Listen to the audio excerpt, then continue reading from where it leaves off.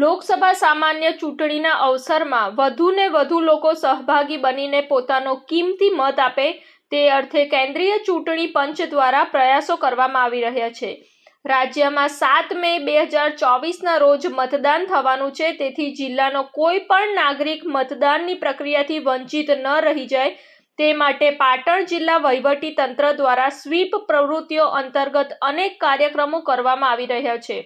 જેના ભાગરૂપે પાટણ જિલ્લાના સમી શહેરમાં તમામ પ્રાથમિક, માધ્યમિક અને ઉચ્ચતર માધ્યમિક શાળાના શિક્ષકો દ્વારા બાઇક રેલી યોજીને નગરજનોને મતદાન અંગે જાગૃત કરવામાં આવ્યા હતા.